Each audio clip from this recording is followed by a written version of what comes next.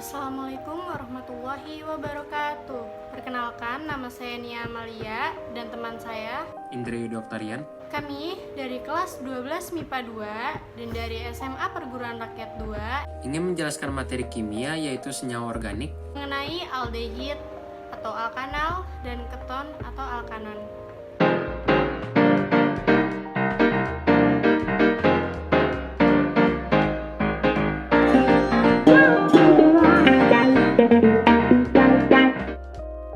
Baik, kita langsung saja masuk ke pembahasannya, yaitu yang pertama kita akan membahas mengenai aldehid atau alkanal. Kita akan masuk ke materi yang pertama, yaitu mengenai rumus umum aldehid atau alkanal. Rumus umum aldehid atau alkanal yaitu R, C, rangkap 2O, dan H atau CHO.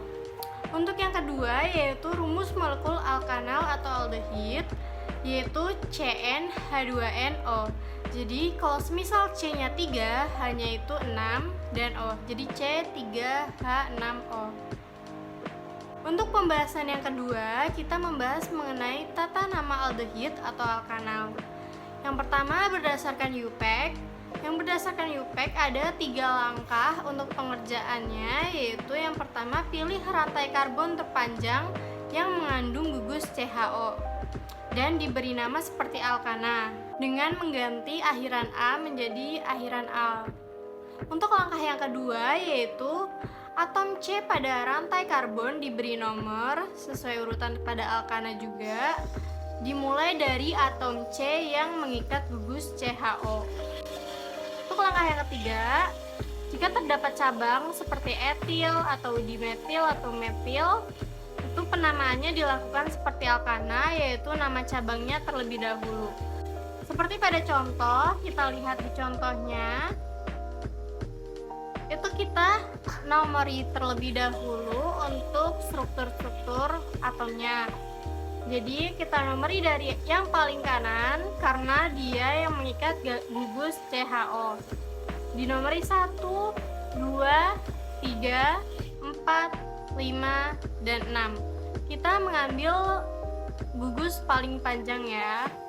Karena di sini ada cabang di nomor 2, jadi penamaan pada alkanalnya adalah nomor cabangnya terlebih dahulu, lalu nama cabangnya, dan terakhir namanya, yaitu heksanal.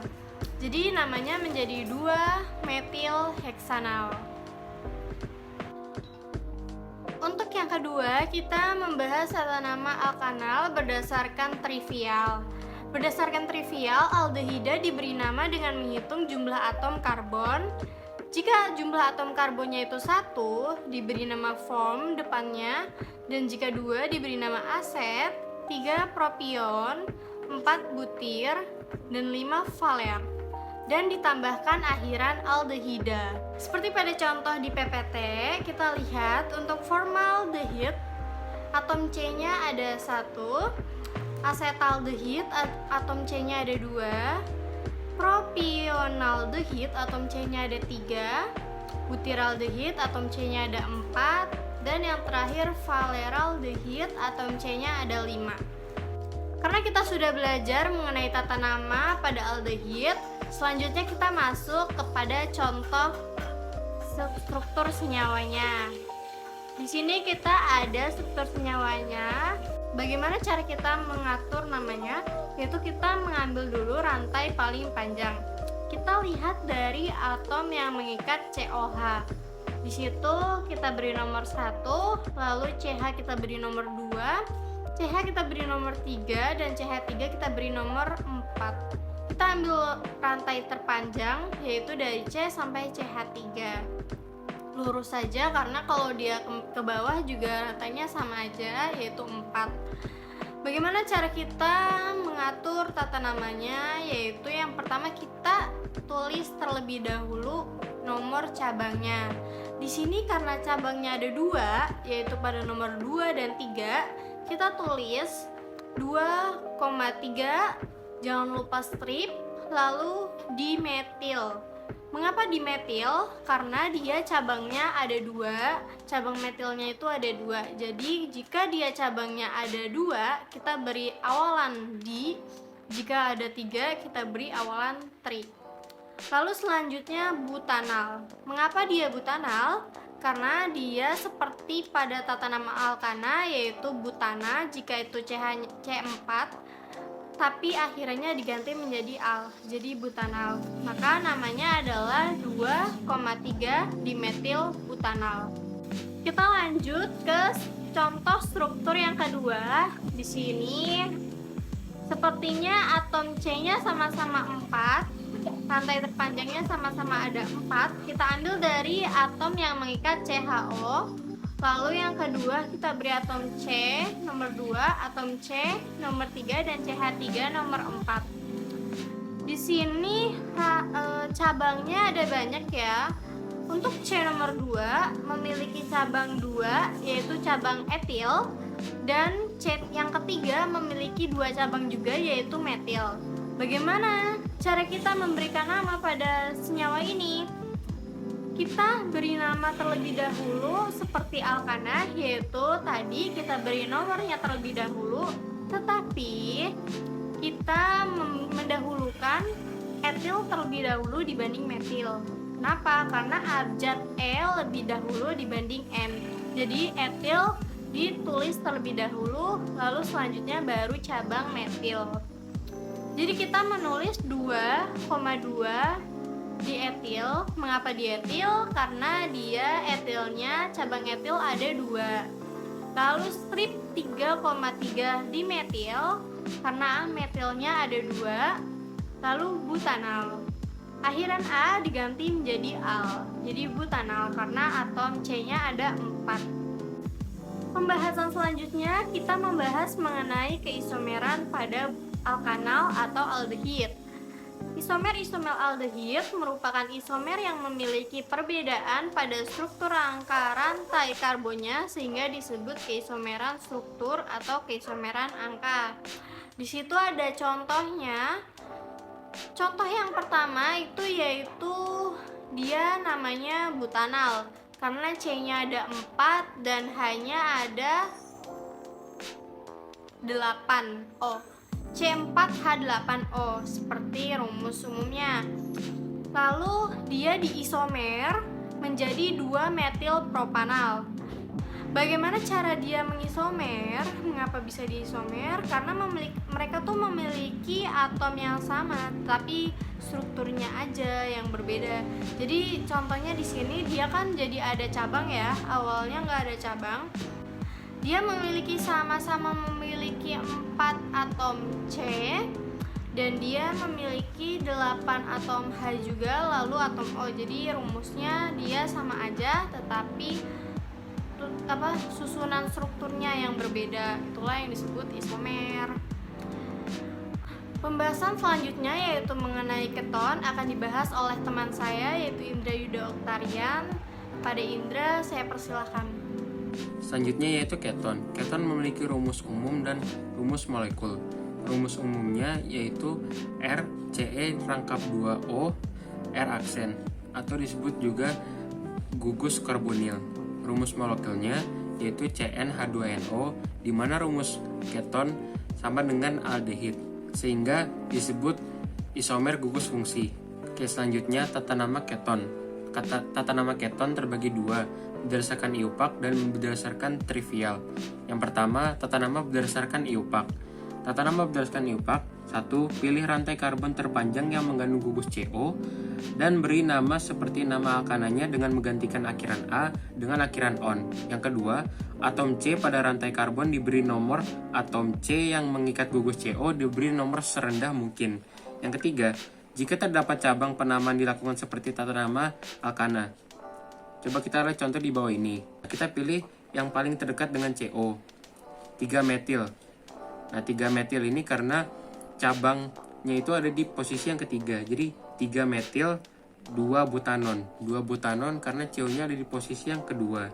Dan barisannya ada 4. Jadi itu butana diganti dengan on. Jadi 3 metil 2 butanon.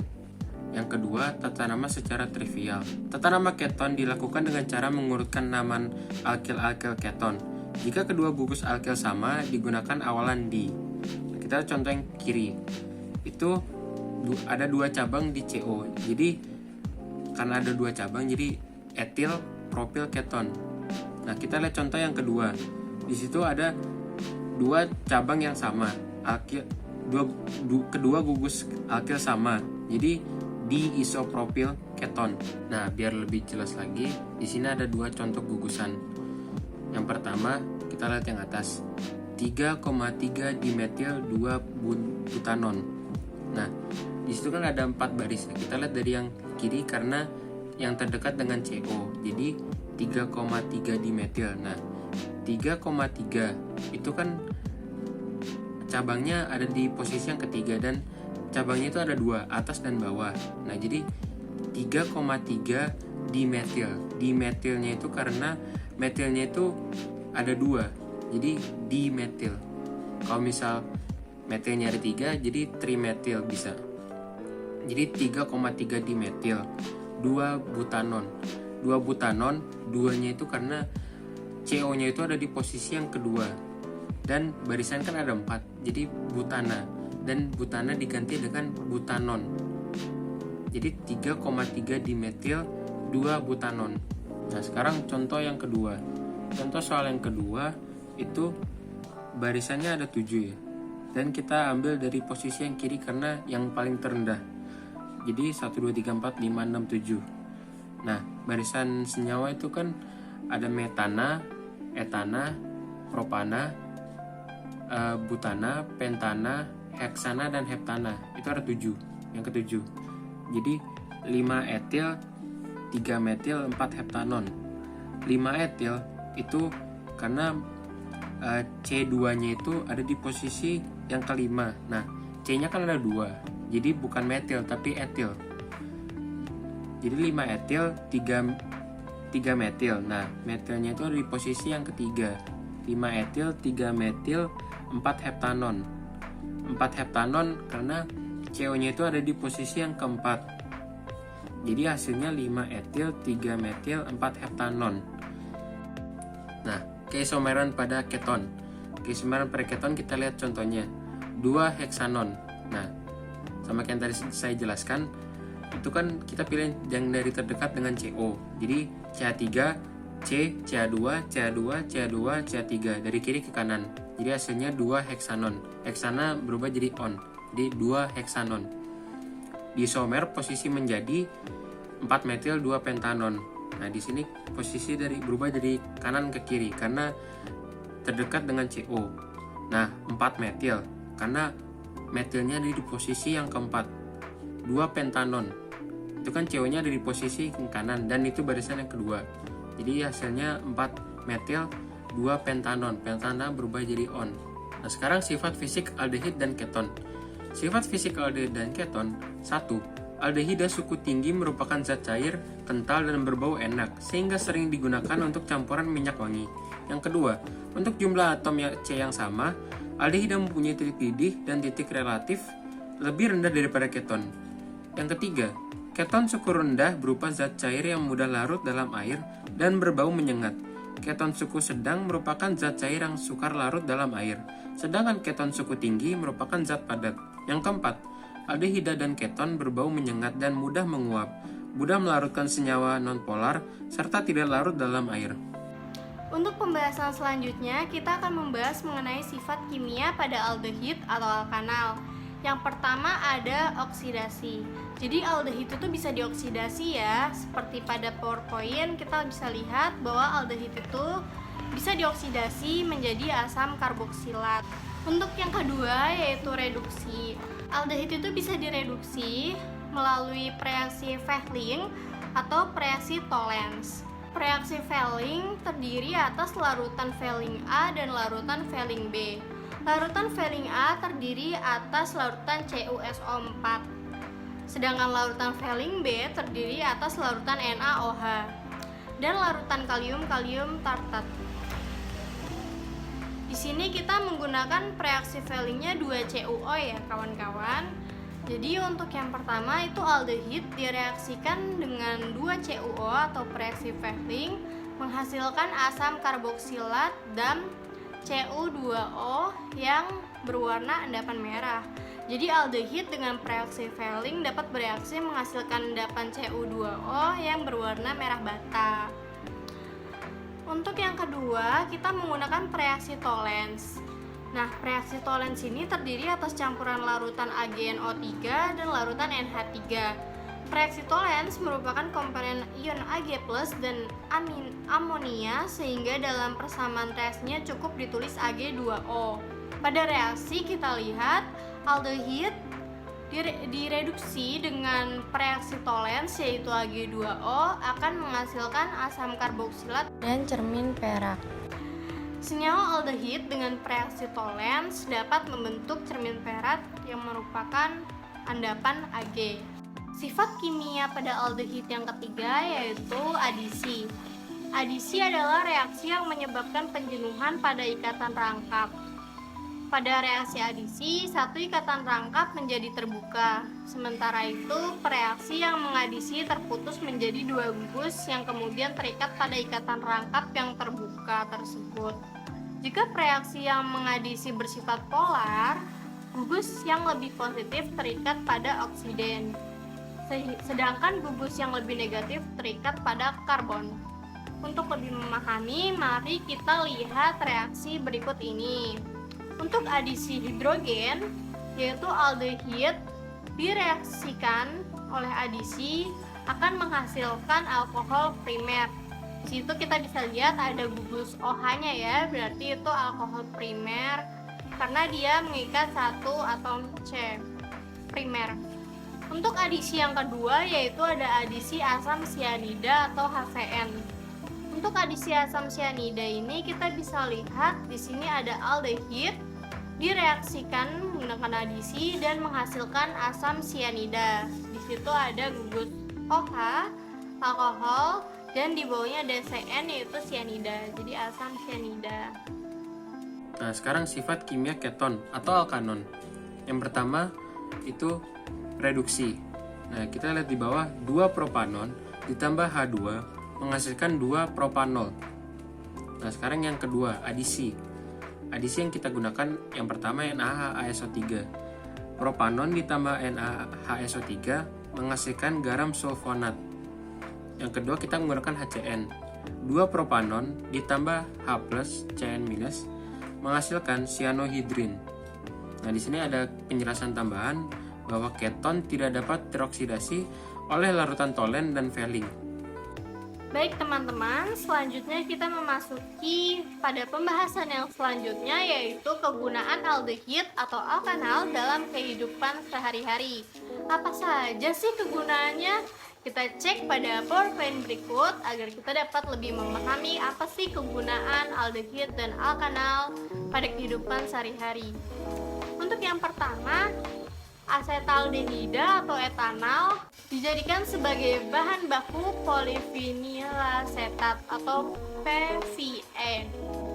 Untuk yang kedua, kegunaannya yaitu larutan formaldehida atau metanol 40%. Digunakan untuk antiseptik dan pengawet mayat. Tetapi akhir-akhir ini biasanya larutan formaldehida ini digunakan untuk mengawetkan bahan makanan. Padahal itu tidak boleh ya kawan-kawan, itu sangat-sangat tidak boleh. Karena harganya yang murah, disalahgunakan oleh para penjual makanan untuk mengawetkan makanan. Padahal itu seharusnya untuk mengawetkan mayat. Untuk kegunaan yang ketiga, yaitu butyraldehida digunakan sebagai pelarut dan resin untuk bahan baku pembuat plastik, pelapis, dan floatasi biji mineral. Dan untuk kegunaannya yang terakhir yaitu ada cinamaldehida, yaitu zat yang memberi aroma khas pada kayu manis. Nah, kegunaan keton atau alkanon dalam kehidupan sehari-hari. Yang pertama, aseton digunakan sebagai pembersih kaca. Yang kedua, alkanon dapat digunakan sebagai bahan baku pembuatan zat organik lain seperti kloroform dan CHCl3. Yang ketiga, asetofenon sering digunakan sebagai zat hiptonik dan bahan wewangian dalam sabun, deterjen, krim, dan lotion. Yang keempat, kloroasetofenon. Banyak dipergunakan sebagai gas air mata. Sekian pembahasan materi dari kami mengenai aldehid dan keton. Semoga videonya mudah dimengerti, kurang lebihnya kami mohon maaf. Wassalamualaikum warahmatullahi wabarakatuh.